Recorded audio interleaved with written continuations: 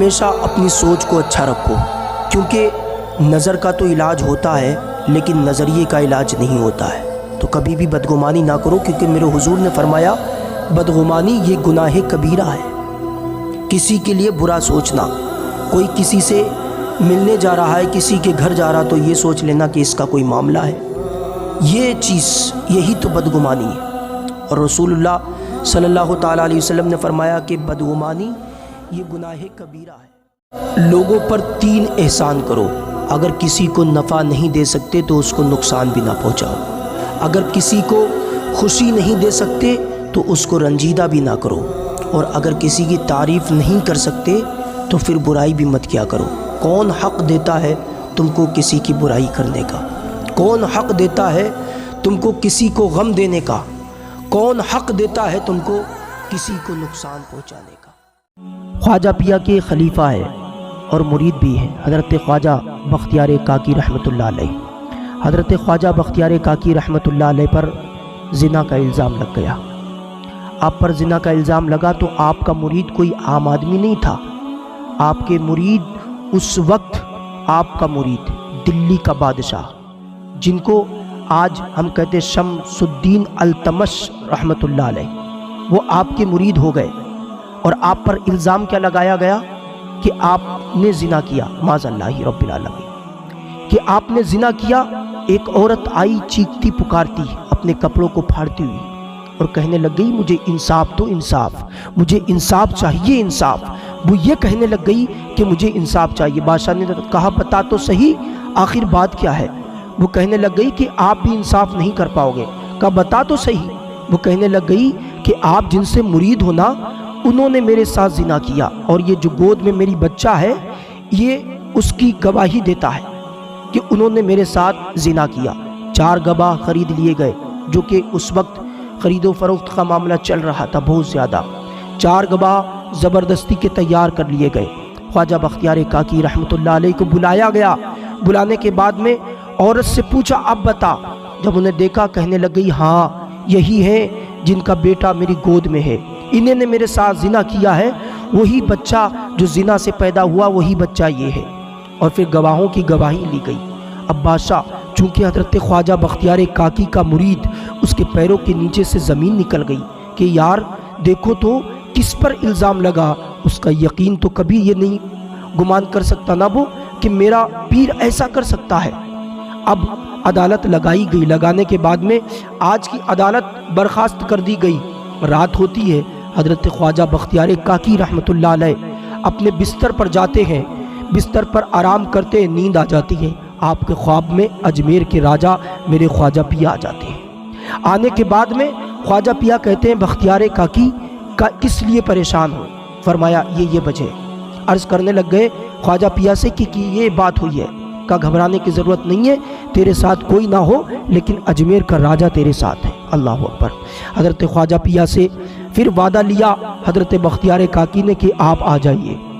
اس وعدے کے مطابق حضرت خواجہ پیا رضی اللہ تعالیٰ عنہ اس کے پاس آئے، بادشاہ کے پاس، مگر 3 دن کے بعد۔ اس وقت بیل گاڑی کا انتظام نہیں تھا نا، کار کا انتظام نہیں تھا، گاڑی کا انتظام نہیں تھا، ٹرین کا انتظام نہیں تھا، بیل گاڑیاں چلتی تھی بس۔ اس میں سفر کرنا بہت مشکل ہو جاتا، اجمیر سے دلی کا سفر کرنا تھا۔ اب دیکھو حضرت خواجہ پیا کا انتظار کرتے رہے، عدالت لگی ہے، لوگ کہنے لگ گئے یہ کون سی بات ہو گئی کہ انصاف کرنے کے لیے بھی کسی کا انتظار کرنا پڑے گا۔ تھوڑی دیر کے بعد میں مغرب کا وقت ہو جاتا ہے۔ جب مغرب کا وقت ہوتا ہے نا تو حضرت خواجہ بختیار کاکی رحمۃ اللہ علیہ آنسو گر رہے ہیں، رو رہے ہیں، آپ نماز پڑھا رہے ہیں، سلام پھیرتے ہیں، کیا دیکھتے ہیں اجمیر کا راجہ خواجہ معین الدین چشتی اجمیری آپ کے پاس آ چکے۔ اللہ اکبر۔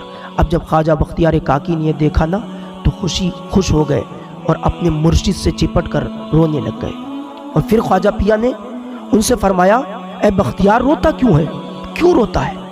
تجھے رونے کی ضرورت نہیں ہے، اپنا ہوتا ہے نہ ڈانٹتا ہے۔ ایسے ہی حضرت خواجہ پیا نے ڈانٹا کہ رونے کی ضرورت کیا، یہ دنیا ہے نا، یہ تو قید خانہ ہے، اس میں مشکلات آئیں گی۔ پھر بختیار کاکی رحمۃ اللہ علیہ عرض کرنے لگ گئے کہ میں آج تک نہیں رویا، میں آج تک نہیں رویا، لیکن آج مجھ پر اتنا بڑا الزام رکھ دیا گیا ہے۔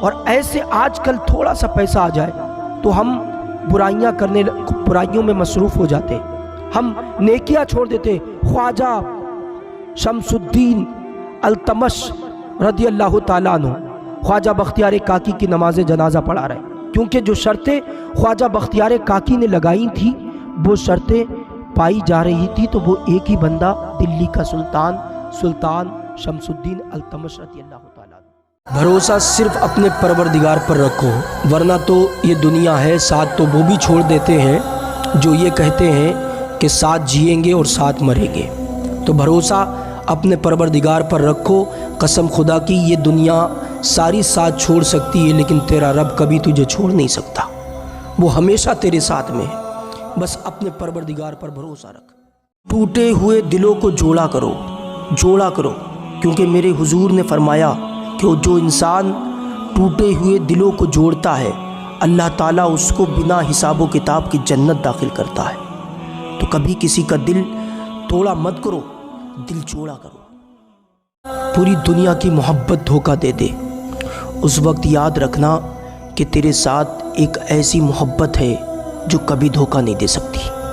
وہ محبت ہے کون سی؟ میں بتاؤں، وہ محبت تیری ماں ہے۔ یہ ساری دنیا کی عورتیں تجھے دھوکہ دے سکتی ہیں، ساری عورتوں کی محبت جھوٹی ہو سکتی ہے، لیکن تیری ماں کی محبت کبھی جھوٹی نہیں ہو سکتی۔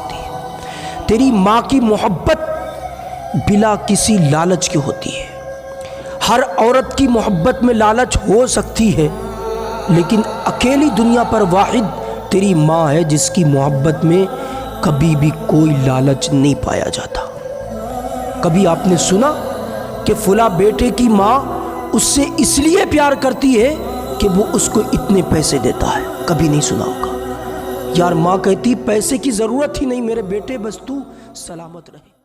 پوری دنیا کی محبت دھوکہ دے دے، اس وقت یاد رکھنا کہ تیرے ساتھ ایک ایسی محبت ہے جو کبھی دھوکہ نہیں دے سکتی۔ وہ محبت ہے کون سی؟ میں بتاؤں، وہ محبت تیری ماں ہے۔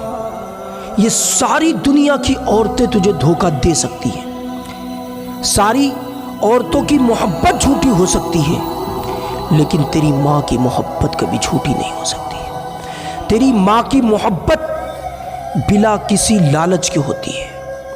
ہر عورت کی محبت میں لالچ ہو سکتی ہے، لیکن اکیلی دنیا پر واحد تیری ماں ہے جس کی محبت میں کبھی بھی کوئی لالچ نہیں پایا جاتا۔ کبھی آپ نے سنا کہ فلاں بیٹے کی ماں اس سے اس لیے پیار کرتی ہے کہ وہ اس کو اتنے پیسے دیتا ہے؟ کبھی نہیں سنا ہوگا۔ یار ماں کہتی پیسے کی ضرورت ہی نہیں میرے بیٹے، بس تو سلامت رہے۔ تم اپنے رب پر بھروسہ رکھو، اپنے پروردگار پر بھروسہ رکھو۔ اگر تم اپنے پروردگار پر بھروسہ رکھو گے تو اللہ تعالیٰ تمہیں کبھی ہارنے نہیں دے گا۔ کتنے بھی دکھ آ جائیں تم ہارو گے نہیں۔ دیکھو نہ کربلا کے میدان میں حضرت حسین کے پاس میں اللہ کا بھروسہ تھا، اور وہی بھروسہ ایسا بھروسہ کہ اس بھروسے کی وجہ سے آج دیکھ لو یزید زندہ رہ کر کے بھی مر گیا، اور میرا حسین شہید ہو کر کے بھی آج ہر سنی کے دل میں زندہ ہے۔ سواری پر سوار ہو تو یہ دعا پڑھا کرو۔ میرے نبی کریم صلی اللہ تعالیٰ علیہ وسلم نے فرمایا، ترمذی شریف کی حدیث پاک ابو داؤد میں بھی موجود ہے، میرے حضور نے فرمایا یہ دعا پڑھا کرو۔ آج آئے دن دیکھتے ہو نا حادثات ہوتے ہیں، ایکسیڈنٹ ہوتے ہیں، اس سے بچنے کے لیے جب بھی سواری میں بیٹھو تو ضرور یہ دعا پڑھا کرو۔ کیا؟ سبحان الذی سخر لنا ھذا وما كنا له مقرنین وانا الی ربنا لمنقلبون۔ اس دعا کو پڑھ کر کے بیٹھا کرو، انشاءاللہ کوئی حادثہ نہیں ہوگا۔ یہ چاہتے ہو کہ میں خوش رہوں تو خوش رہنے کا ایک اچھا طریقہ یہ بھی ہے کہ اللہ کی مخلوق کو خوش کرنا شروع کر دو۔ جب تم اللہ کی مخلوق کو خوش رکھو گے تو اللہ تعالیٰ تمہیں خوش رکھے گا۔ 4 بندے جنت میں داخل نہیں ہوں گے، ایک سود خور، دوسرا شراب پینے والا، تیسرا یتیم کا مال چھیننے والا، چوتھا ماں باپ کی نافرمانی کرنے والا۔ اب آپ دیکھ لیجئے ان 4 کاموں میں کون ملوث نہیں ہے؟ بہت کم ایسے لوگ ہیں، اللہ ان پر رحم فرمائے، اپنا کرم فرمائے، دونوں جہان کی نعمتیں عطا کرے، ورنہ اکثر دیکھا جاتا ہے کہ سود میں لوگ ملوث ہیں، لوگ شراب پیتے ہیں، یتیم کا مال چھینتے ہیں، اور ماں باپ کی نافرمانی کی بات آ جائے تو کوئی بچا ہوا ہے، ورنہ ہر کوئی کرتا۔ کہ میرے آقا صلی اللہ تعالیٰ علیہ وسلم نے فرمایا کہ جو عورت حمل سے لے کر کے دودھ چھڑانے تک، بچے کی پیدائش کے بعد حمل سے لے کر کے دودھ چھڑانے تک، میرے آقا صلی اللہ تعالیٰ علیہ وسلم نے فرمایا وہ ایسی ہے جیسے سرحد پر کھڑی اسلام کی حفاظت کرتی ہو۔ یعنی اگر اس کا انتقال اس دوران ہو جائے تو اللہ پاک اسے شہادت کا درجہ ملتا ہے۔ یہ مقام اس ماں کا ہے جو ماں اپنے بچے کو جنم دیتی ہے اور اس کو دودھ پلاتی ہے۔ ایک انسان پر بہت زیادہ عذاب ہو رہا تھا، بہت عذاب ہو رہا تھا، اچانک اس کا عذاب ختم کر دیا گیا۔ اس کے لیے جنتی بچھونوں کا انتظام کر دیا گیا، جنتی کھڑکیوں کا انتظام کر دیا گیا، جنتی ہواؤں کا انتظام کر دیا گیا۔ اس نے وجہ پوچھی تو آواز آئی، وجہ یہ ہے کہ یہ جو بندہ عذاب میں مبتلا تھا یہ ایک اپنے بیٹے کو چھوڑ کر کے آیا تھا۔ اس نے وصیت کی اپنی بیوی کو کہ میرے بیٹے کو ایک مدرسے کا طالب علم بنانا، حافظ قرآن بنانا۔ اس کی ماں وصیت کے مطابق حافظ قرآن بنانے کی نیت سے اس کے استاد کے پاس لے گئی۔ جیسی اس کے بیٹے سے اس کے استاد نے کہا پڑھو بیٹا بسم اللہ الرحمن الرحیم، اس بیٹے نے پڑھا بسم اللہ الرحمن الرحیم، تو اللہ پاک نے فرمایا کہ میری رحمت یہ گوارا نہیں کرتی کہ کوئی کسی کا بیٹا مجھ کو رحمان اور رحیم کہے، میں اس پر عذاب بھیجوں۔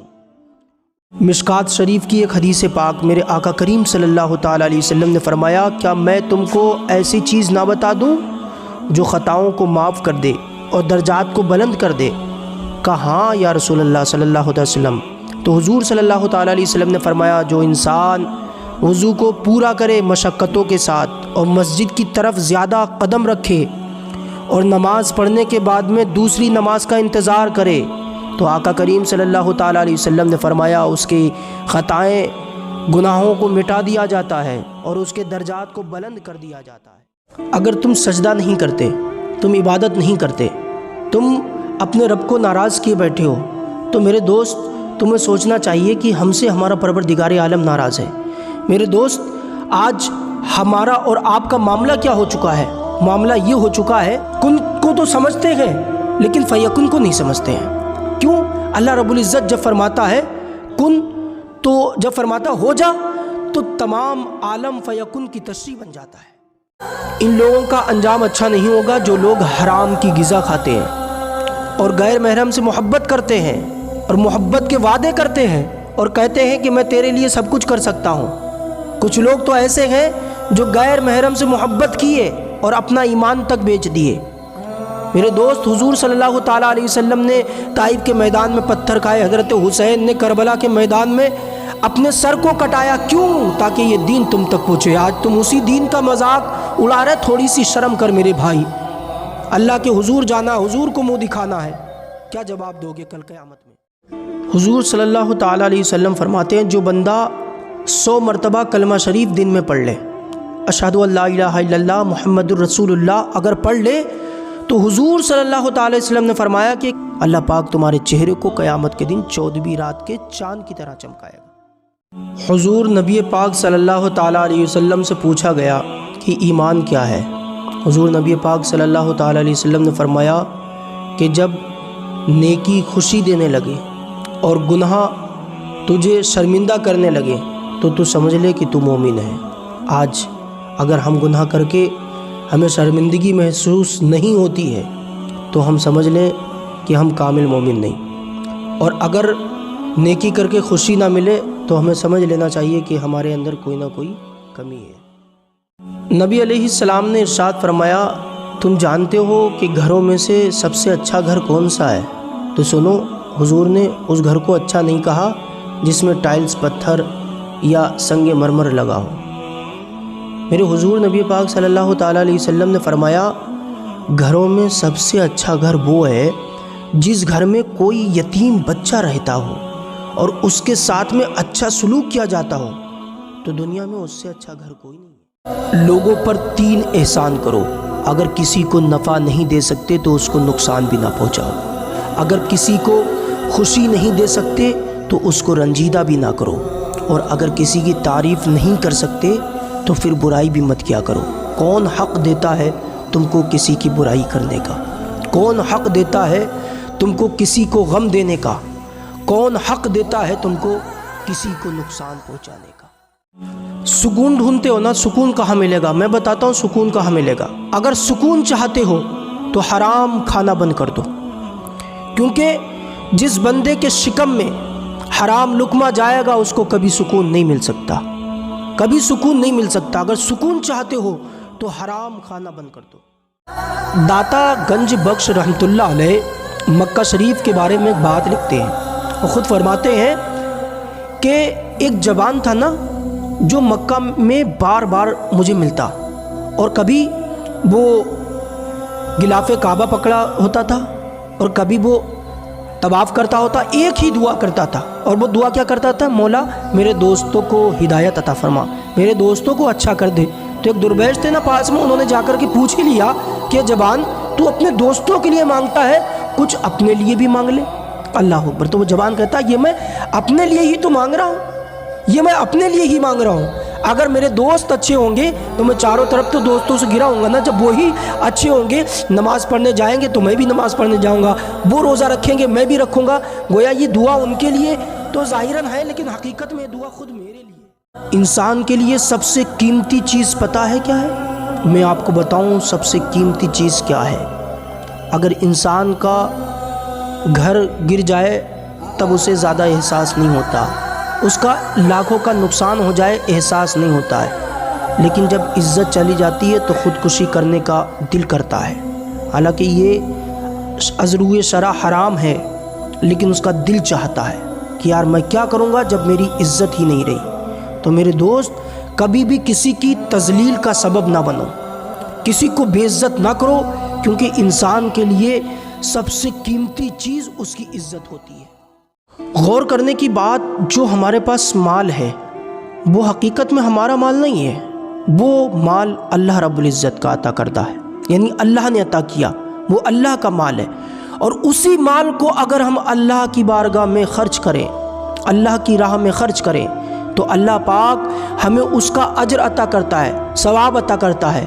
تو میرے عزیز دیکھو تو اللہ رب العزت کتنا غفور الرحیم ہے، خود دیتا ہے، پھر وہ بندہ اسی کی راہ میں خرچ کر دے تو اللہ پاک اس کے بدلے اس کو ثواب عطا فرماتا ہے۔ کتنا غفور الرحیم ہے وہ پروردگار عالم۔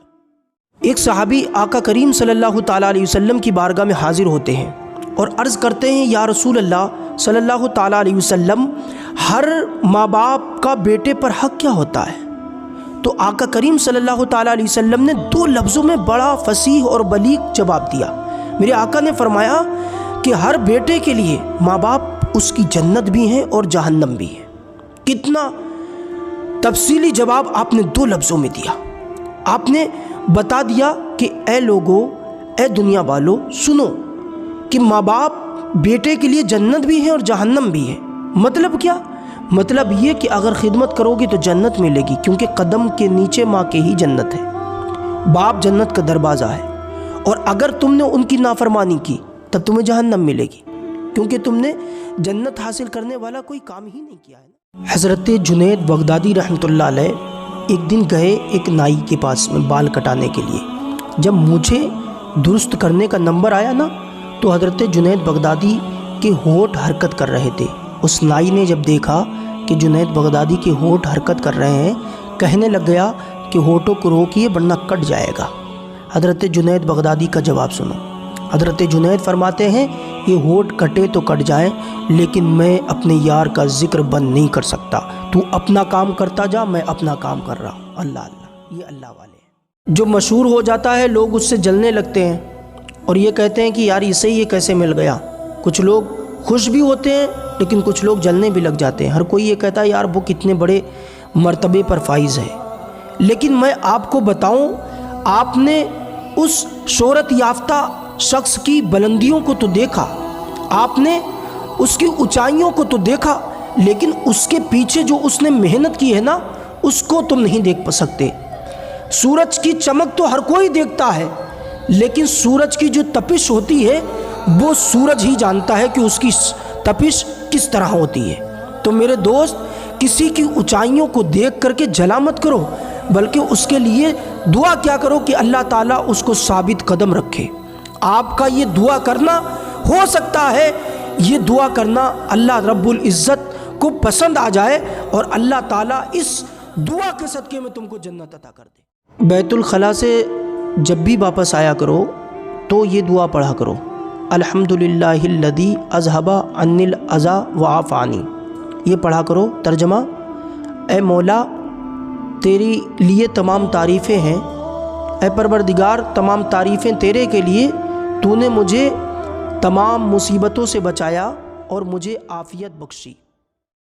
دوستوں سے غداری کی جاتی ہے، اس کے ساتھ بیٹھے، اس کے ساتھ کھایا، اس کے ساتھ پیا، اس کے ہی پیسے خرچ کروائے، لیکن جیسے ہی اس سے جدا ہوئے نا تو دوسرے کے ساتھ اس کی برائیاں کرنے لگ گئے کہ وہ ایسا ہے، وہ ایسا ہے، وہ ایسا ہے۔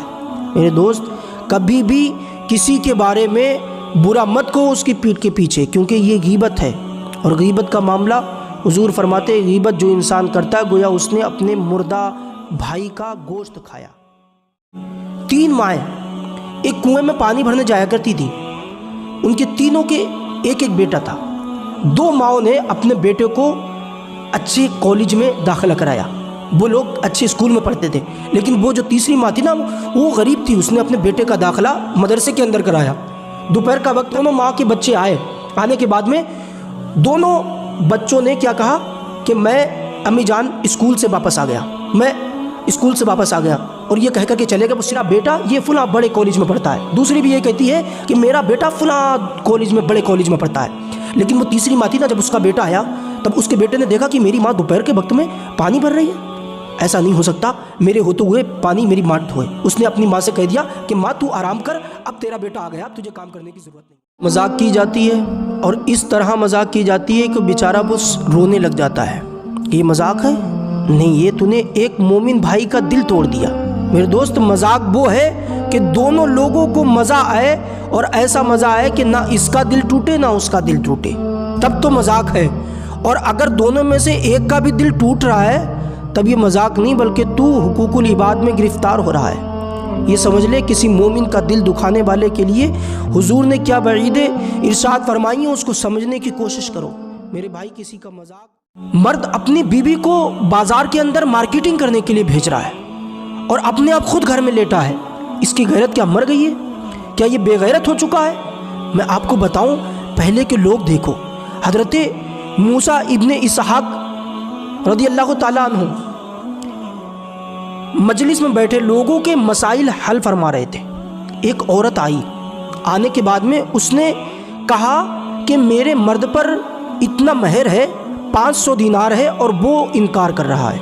مرد کو بلایا گیا، مرد آیا اور اس نے انکار کر دیا، جیسا کہ اس نے بتایا تھا، اس نے انکار کر دیا۔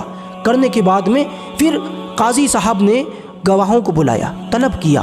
بلانے کے بعد میں ان دونوں گواہوں میں سے ایک گواہ نے کہا کہ میں اس عورت کا چہرہ دیکھنا چاہتا ہوں، کیونکہ دیکھ لوں کہ وہی ہے وہ یا کوئی اور ہے۔ اس لیے قاضی صاحب نے اجازت دے دی کہ جاؤ دیکھ لو جا کر کے۔ جیسے یہ گواہ جو ہے اس عورت کے چہرے کو دیکھنے کے لیے آگے بڑھتا ہے، قسم خدا کی اس کا مرد آگے بڑھ جاتا ہے اور وہ کہتا ہے کہ میں اقرار کرتا ہوں کہ میری بیوی کا مہر مجھ پر واجب 500 دینار ہے، میں دینے کے لیے تیار ہوں، لیکن اس کو روک دیا جائے، یہ میرے بیوی کا چہرہ نہ دیکھے۔ قاضی صاحب نے اس کو روک دیا۔ اب اس مرد نے 500 دینار کی فکر نہیں کی، لیکن اس نے اپنی بیوی کے چہرے کی فکر کی کہ میری بیوی کا چہرہ کوئی غیر محرم نہ دیکھے۔ اب جب اس کی بیوی نے اپنے شوہر کا یہ معاملہ دیکھا تب اسے بھی پیار آ گیا۔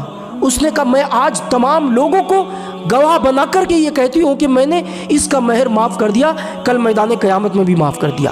اب ان دونوں کا یہ معاملہ دیکھ کر کے جتنے لوگ تھے سارے لوگ اش اش کر اٹھے کہ یار یہ کیا معاملہ ہے۔ مطلب شوہر غیرت مند تھا، اس کے غیرت مند ہونے کی وجہ سے بیوی نے اپنے مہر کو معاف کر دیا۔ میں آپ کو بتاؤں، اور آج کا مسلمان اس کو کیا ہو گیا کہ اپنی بیوی کو مارکیٹ میں بھیج رہا ہے، یہ اس کو سامان خریدنے کے لیے بھیج رہا ہے۔ اگر بڑا آدمی کوئی آ جائے تو اس کے سامنے ناشتہ پیش کرنے کے لیے اپنی بیوی کو بھیج رہا ہے۔ کہاں گئی تیری غیرت؟ میرے دوست کہاں گئی تیری غیرت؟ تیرا تعلق تو ان بزرگان دین سے ہے جو بزرگان دین ہر وقت حضور صلی اللہ تعالیٰ علیہ وسلم کے فرامین پر عمل کرتے تھے۔ دنیا کے اندر بھلے ہی سب کچھ چھوٹ جائے، تو جس سے پیار کرتا وہ تجھ سے چھوٹ جائے، اگر تیری پاس دولت ہو وہ دولت تجھ سے چھوٹ جائے، شہرت ہو شہرت چھوٹ جائے، گھر چھوٹ جائے، لیکن کبھی بھی مسکرانا مت چھوڑنا، کیونکہ مسکرانا یہ میرے رسول کی سنت ہے، اور اس مسکرانا یہ سوچ کر کے مسکراؤ گے کہ حضور کی سنت ہے، تو قسم خدا کی آپ کو اللہ تعالیٰ اس سنت کے صدقے میں ایسا بنا دے گا کہ پہلے سے زیادہ بہتر ہو جاؤ گے۔ کبھی بھی امید خدا سے مت چھوڑنا، اور کبھی بھی مسکرانا مت چھوڑنا، ہر حال میں بس مسکراتے رہنا۔ جب بھی کوئی نیا بزنس شروع کرو نا تو یا نیا کام شروع کرو تو میرے نبی صلی اللہ تعالیٰ علیہ وسلم نے فرمایا، ترمذی شریف کی حدیث پاک، حضور فرماتے ہیں یہ دعا پڑھ لیا کرو، اللہم اغفر لی واختر لی، یہ پڑھ لیا کرو، اور پڑھنے کے بعد میں کام شروع کرو، انشاءاللہ تعالیٰ وہ کام آپ کا اچھا ہوگا اور اس میں فائدہ ہوگا، نقصان نہیں ہوگا۔ اس کو فالو کر رہے ہو جو آپ کے نام سے تک واقف نہیں ہے، اس کو فالو کر رہے ہو جو آپ کو پہچاننے تک سے انکار کر دے رہا ہے۔ ارے ہمارے لیے، ہماری زندگی کے لیے نمونہ عمل میرے آقا محمد الرسول اللہ کی ذات پاک ہے، جو مدینے کا تاجدار جب دنیا پر تشریف لائے تب سر سجدے میں رکھ کر کے رب حبلی امتی رب حبلی امتی کی صدائیں بلند کر رہے تھے۔ آپ کل میدان قیامت میں بھی اپنا سر سجدے میں رکھیں گے اور کیا کہیں گے؟ رب حبلی امتی رب حبلی امتی۔ تو ان کو کیا فالو کرتے ہو جو آپ کو جانتے تک نہیں، پہچانتے تک نہیں؟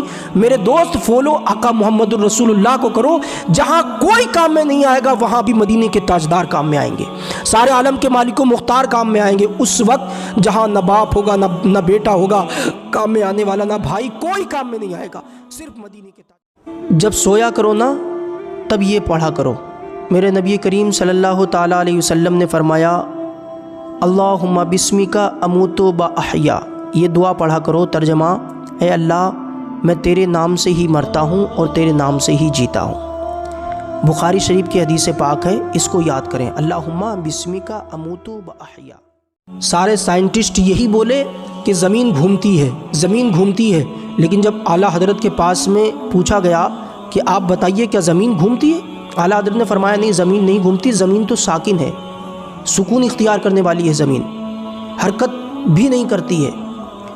اعلیٰ حضرت نے ایسے ہی نہیں بولا، اعلیٰ حضرت نے ایک دلیل دی، اعلیٰ حضرت نے دلیل پیش کی کہ اللہ تعالیٰ نے جب زمین کو پیدا کیا تو زمین حرکت کیا کرتی تھی، اللہ تعالیٰ نے زمین حرکت نہ کرے اس لیے میکھوں کی شکل میں رب تعالیٰ نے اس زمین پر پہاڑوں کو ٹھوک دیا، جیسے کیل کسی چیز کو روکنے کے لیے ٹھوکی جاتی ہے، اسی طرح جب زمین حرکت کرتی تھی اللہ تعالیٰ نے پہاڑوں کو میکھوں کی شکل میں لگا دیا تاکہ زمین حرکت نہ کرے۔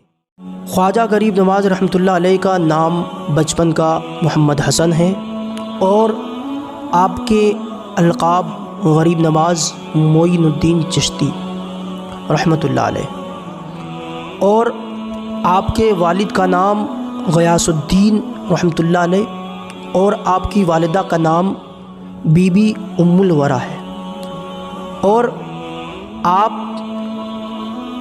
تھوڑے دن بعد جب آپ بولنے لگ گئے، 7-8 یا 9 سال کی برس میں آپ نے مدرسے کی تعلیم حاصل کی۔ جب حاصل تعلیم کر لی تب آپ اپنے پیر کامل کی تلاش میں نکل گئے، مرشد کی تلاش میں نکل گئے، اور آپ ایک جگہ پہنچے جس کا نام ہے ہارون آباد۔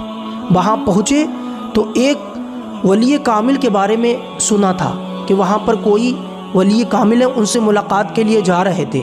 وہاں پہنچے تو کیا دیکھا کہ حضرت خواجہ عثمان ہارونی رحمۃ اللہ علیہ بیٹھے ہیں۔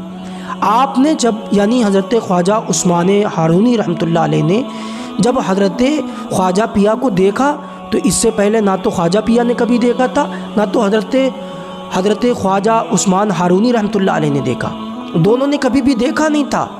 ہاں حضرت خواجہ غریب نواز نے سنا ضرور تھا، دیکھا کبھی نہیں تھا، لیکن کیا دیکھتے ہیں جیسی حضرت خواجہ پیا پر نظر حضرت خواجہ عثمان ہارونی کی پڑتی ہے تب آپ اپنی باہوں کو پھیلا لیتے ہیں اور کہتے ہیں اے حسن میرے قریب آ جاؤ، تمہارے نانا جان کا دیا ہوا حصہ کچھ میرے پاس ہے، اس کو لے لو آ کر۔ اللہ اکبر، یہ اللہ والے ہیں۔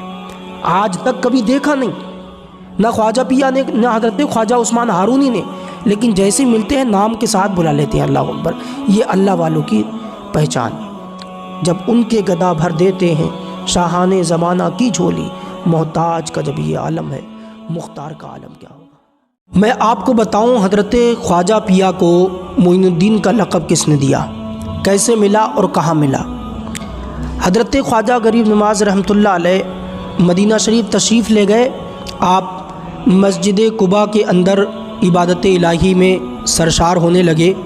آپ وہیں اللہ رب العزت کی عبادت کرتے رہے۔ لگ بھگ 6 مہینے کے بعد میں آپ ایک رات سونے کے لیے گئے، خواجہ پیا سونے کے لیے گئے اور آپ کا مقدر جاگ گیا۔ کس طرح؟ اس طرح کہ آپ سونے کے لیے جیسے بستر پر پہنچتے ہیں، آپ کی آنکھ لگتی ہے مدینے کے تاجدار جناب محمد الرسول اللہ صلی اللہ تعالیٰ علیہ وسلم آپ کے خواب میں تشریف لے آتے ہیں۔ اور نبی خواب میں جب آئے تو وہ خواب جھوٹا نہیں ہو سکتا، نبی کی صورت کبھی بھی شیطان اختیار نہیں کر سکتا۔ تو اگر حضور خواب میں آئے تو وہ خواب سچا ہوتا اور حق ہوتا ہے۔ حضرت خواجہ غریب نواز رحمۃ اللہ علیہ کے خواب میں مدینے کے تاجدار آ گئے۔ آپ آئے، آنے کے بعد میں آپ نے فرمایا، حضرت خواجہ پیا سے فرمایا، اے حسن آج سے تم معین الدین ہو۔ سبحان اللہ، آپ معین الدین یعنی دین کے مددگار ہو۔ خواجہ پیا رحمۃ اللہ علیہ سے یہ فرمایا میرے آقا صلی اللہ تعالیٰ علیہ وسلم نے، اور پھر فرمایا کہ اے معین الدین، اے حسن، آپ مدینہ شریف سے ہندوستان چلے جائیے، وہیں پر آپ کا ہیڈ کوارٹر رہے گا، اور میری دعائیں آپ کے ساتھ میں ہیں۔ آپ لوگوں کو میرا کلمہ پڑھانا، تاریخ شاہد ہے، آج بھی دیکھ لو مدینے کے تاجدار کی دعاؤں کا اثر، مدینے والے کا اثر دیکھو، مدینے والے کے الفاظ دیکھو کہ تمہارا ہیڈ کوارٹر ہندوستان بنے گا۔ آج جو لوگ ہندوستان سے نکالنے کی کوشش کر رہے ہیں تو وہ سن لے کان کھول کر کے۔ میرے آقا صلی اللہ تعالیٰ علیہ وسلم نے حضرت خواجہ پیا سے فرمایا جاؤ ہندوستان چلے جاؤ۔ یہ بھیجنے خواجہ پیا آئے نہیں ہیں، بھیجے گئے ہیں۔ سبحان اللہ، بھیجے گئے ہیں، آئے نہیں ہیں، بھیجا ہے۔ کس نے بھیجا ہے؟ مصطفیٰ جان رحمت نے۔ اب یوں کہہ دو، جب تک اجمیر کی دھرتی پر میرے خواجہ غریب نواز رہیں گے تب تک اس دنیا میں مسلمان رہیں گے، اس ہندوستان میں مسلمان رہیں گے۔ میں آپ کو بتاؤں، یہ لقب معین الدین چشتی کا خود آقا محمد الرسول اللہ صلی اللہ تعالیٰ علیہ وسلم نے اجمیر کے راجہ کو دیا، اور آپ نے فرمایا کہ وہیں پر چلے جاؤ اور وہیں پر لوگوں کو میرے دین کی دعوت دینا۔ اور خواجہ پیا نے وہی کام کیا جو حضور نے فرمایا، اور ایسا کام کیا کہ 90 لاکھ کو حضرت خواجہ غریب نواز نے کلمہ پڑھا کر کے اپنے ہاتھوں پر مسلمان کیا۔ یہ شان اجمیر کے راجہ کی ہے۔ شوہر اگر غریب ہے نا تو زیادہ زور نہ دیا کرو، یہ نہ کہا کرو کہ تم نے مجھے آج تک دیا کیا ہے، یا تم مجھے کیا دو گے، تم مجھے دیتے کیوں نہیں، یہ مت کہا کرو، کیونکہ میں آپ کو بتاؤں مدینے کے تاجدار کی بیٹی حضرت فاطمہ الزہرا رضی اللہ تعالیٰ عنہا کی ہسٹری میں نے پڑھی، میں نے دیکھا پوری زندگی میں انہوں نے مولا علی سے کبھی کوئی چیز طلب نہ کی، کبھی بھی نہیں مانگی۔ ایک مرتبہ آپ کو بخار تھا تو آپ نے یہ کہا تھا، اے مولا علی مشکل کشا، میرے تاجدار، اے میرے شوہر نامدار، آپ میرے لیے انار لے آئیے۔ حضرت مولا علی انار لینے گئے، لیکن جب واپس آئے تو آپ کے پاس انار نہ تھا۔ آج کی بیوی ہوتی نا لڑ پڑتی، کہتی میں نے تم سے ایک چیز منگائی وہ بھی نہیں لا کے دی، لیکن حضرت فاطمہ الزہرا رضی اللہ تعالی عنہا نے کچھ بھی نہیں کہا بلکہ دعا کی۔ جنازے کے ساتھ جب بھی جایا کرو نا تو کلمہ شریف پڑھتے رہا کرو۔ یہ نہیں، میں دیکھتا ہوں، سنا ہوں کہ جنازے کے پیچھے پیچھے چل رہے ہیں، لیکن گروپ چل رہے ہیں، گروپ، اس میں 4-5 لوگ الگ وہ اپنی باتیں کرتے ہوئے جا رہے ہیں، حالانکہ وہ شرکت کر رہے ہیں جنازے میں۔ ایسا نہ کیا کرو یار۔ اور پھر دیکھا جاتا قبرستان میں جب پہنچ جاتے تب بھی ان کا گروپ الگ ہوتا ہے اور وہ گروپ میں باتیں کرتے ہیں۔ میرے دوست، حضور نبی کریم صلی اللہ تعالیٰ علیہ وسلم نے فرمایا جو انسان جنازے کے پیچھے چلے اور دنیا کی باتیں کرے، یا قبرستان میں ہو اور دنیا کی باتیں کرے، تو میرے حضور فرماتے ہیں کہ اس شخص کا ایمان پر خاتمہ نہ ہونے کا خوف ہے، یعنی ڈر ہے کہ اس کا خاتمہ بالخیر نہ ہو۔ جب مسجد میں داخل ہوا کرو نا تو یہ دعا پڑھا کرو۔ مسلم شریف کی حدیث پاک، میرے آقا صلی اللہ تعالیٰ علیہ وسلم نے فرمایا، اللہم افتح لی ابواب رحمتک، اے مولا، ترجمہ، اے مولا میرے لیے اپنی رحمتوں کے دروازے کھول دے۔ جب بھی مسجد میں داخل ہو تو یہ دعا پڑھا کرو۔ جب کوئی جوان اللہ کی بارگاہ میں برے کام کو چھوڑ کر کے توبہ کرتا ہے تو فرشتے آپس میں ایک دوسرے کو بدھائی مبارکبادیاں دیتے ہیں اور کہتے ہیں اس جوان نے برے کام کو چھوڑ دیا، آپس میں مبارکبادیاں دیتے ہیں۔ اب میں آپ کو بتاؤں، پھر ایک حکم ہوتا ہے کہ ساری جنتوں کو سجا دیا جائے، جنتوں کو سجا دیا جائے۔ اگر کسی کا دل جوڑ نہیں سکتے تو کسی کا دل توڑا بھی نہ کرو۔ یہ حق تمہیں کس نے دے دیا کہ تم کسی کا دل توڑو؟ میں ہاں ایک بات یہ کہتا ہوں، سب کے اچھے تو نہیں بن سکتے، مگر کسی کسی کے تو اچھے بن جائیں۔